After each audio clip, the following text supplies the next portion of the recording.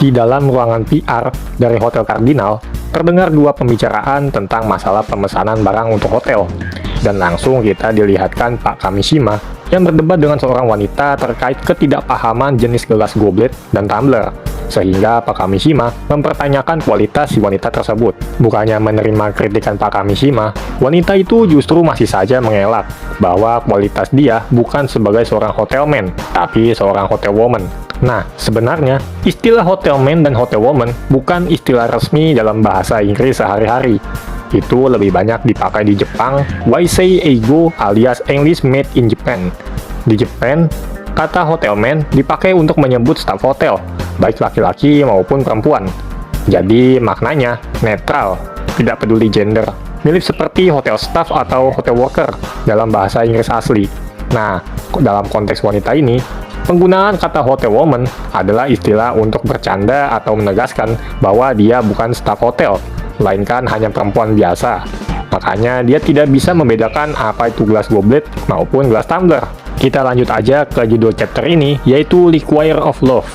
Lalu di sebuah ruangan Pak Kamishima berteriak kepada Miwa karena kelalaiannya mendidik si wanita itu. Miwa pun lalu meminta maaf. Tapi ke Pak Kamishima seperti muak dan langsung cabut meninggalkan mereka. Saat Pak Kamishima berlalu, wanita ini masih saja mengomentari sikap Pak Kamishima kepadanya yang kurang mampu dalam memimpin, jika ia saja panikan. Apalagi pembukaan Hotel Diamond akan segera dibuka. Dengan senyum, Miwa pun membalas komentar wanita itu yang diketahui bernama Yukari, bahwa seharusnya Yukari tahu perbedaan antara gelas goblet dan gelas tumbler. Apalagi ia sudah diajari saat masa orientasi dahulu. Yukari pun terkejut dengan jawaban Miwa. Ya lantas, Miwa mengajaknya untuk pergi ke sebuah bar. Dan yang seperti kita duga, bar yang didatangi Miwa adalah bar Lapin lagi. Di depan pintu bar, Yukari menganggap bar adalah sebuah tempat untuk orang dewasa yang lebih tua, bukan anak muda seperti mereka. Yukari justru menyarankan untuk pergi ke sebuah restoran atau tempat makan saja. Miwa sendiri menanggapi bahwa ini berkaitan dengan pekerjaan Yukari nanti, dan diketahui bahwa Doi ini bakal menjadi pegawai di departemen catering. Jadi, Doi harus merasakan pengalaman di bar ini. Saat mereka berdua masuk ke bar Lapin, Yukari bergumam dengan polos, apakah nanti tagihan konsumsi di bar ini ditanggung oleh perusahaan? Sayangnya, Miwa mematahkan omongan Yukari bahwa perjalanan dinas ini tidaklah gratis. Mereka pun masuk dan langsung disambut oleh Ryu. Miwa pun mengenalkan Yukari kepadanya yang dikatakan belum pernah ke bar sebelumnya. Lalu Ryu menyodorkan buku menu kepada Yukari. Meskipun sudah membaca dan memilih menu di buku, Yukari masih belum menemukan sesuatu yang ingin dia pesan. Dan ia sendiri pun tidak suka meminum beralkohol. Miwa pun akhirnya menyarankan sebuah dessert, tapi dengan bentuk koktail. Yukari pun seketika menyetujui saran dari Miwa, sekaligus menanyakan, emang ada dessert berbentuk koktail kepada Ryu? Ryu mengiyakan apa yang dikatakan Miwa. Lalu Ryu menunjukkan sebuah botol minuman koktail Alexander. Biasanya diminum oleh pelanggan wanita karena rasanya manis, lembut, dan tidak terlalu kuat alkoholnya. Miwa juga menambahkan, pembuatan koktail Alexander ini berbahan dasar coklat, brandy, dan krim yang dikocok. Tekstur rasanya juga sangat lembut dan enak banget. Ryu melanjutkan bahwa minuman ini memang populer karena rasanya lembut dan disukai banyak orang, apalagi jika dicampur dengan es batu. Saat Yukari hendak menyentuh botol itu, Miwa menghentikannya, karena menyentuh botol di dalam bar adalah sebuah hal yang tidak boleh dilakukan oleh pelanggan. Yukari sendiri tertawa dengan tingkah Miwa yang seperti ibunya saja. Lalu Yukari akhirnya memutuskan untuk memesan minuman yang enak itu. Melihat tingkah dari Yukari, Miwa sedikit tertawa, tetapi Yukari malah kebingungan. Ryu lalu mengatakan bahwa pesanan yang diminta Yukari tidaklah salah. Ia sendiri pun akan membuat minuman yang sama dengan apa yang Yukari inginkan. Di samping itu, Miwa sedikit menegaskan perkataan Ryu tadi, bahwa profesionalisme bartender terletak pada kemampuannya memahami pelanggan dan memberikan minuman terbaik, bukan sekedar mengikuti resep. Ryu pun memulai aksinya. Dan sepanjang ia meracik minuman, Yukari terlihat kagum dan merasa apa yang ditampilkan Ryu sangatlah seksi. Bahkan membuat Miwa agak terpecah perhatiannya. Minuman Alexander pun siap disajikan. Dan seperti yang kita duga, pujian rasa minuman itu terlontar dari Yukari. Yukari terlena dengan minuman racikan dari Ryu. Lalu mendadak ia menyuruh Ryu untuk meminum bersama mereka. Mumpung dibayarin oleh perusahaan, kata dia. Padahal mah enggak.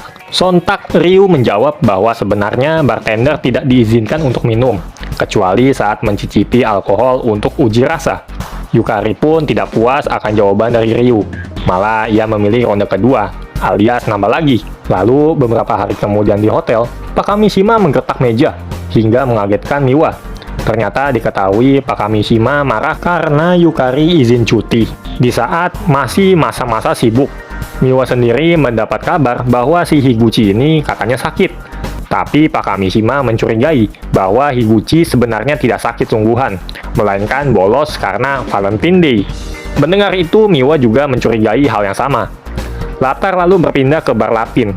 Ryu menyambut kedatangan Miwa dan bertanya, apakah pertemuan ini memang sudah diatur. Miwa sendiri kebingungan, karena di sana ada Yukari juga. Dengan tatapan tegasnya, Miwa lalu menghampiri Yukari dan menanyakan keadaannya. Dengan tatapan sedih, Yukari menjelaskan bahwa ia bilang mengambil libur karena ingin membuat kue coklat. Sayangnya coklat itu hancur saat ia berada di dalam kereta. Mendengar itu, Miwa menjadi lemes karena alasan Yukari yang kekanak-kanakan.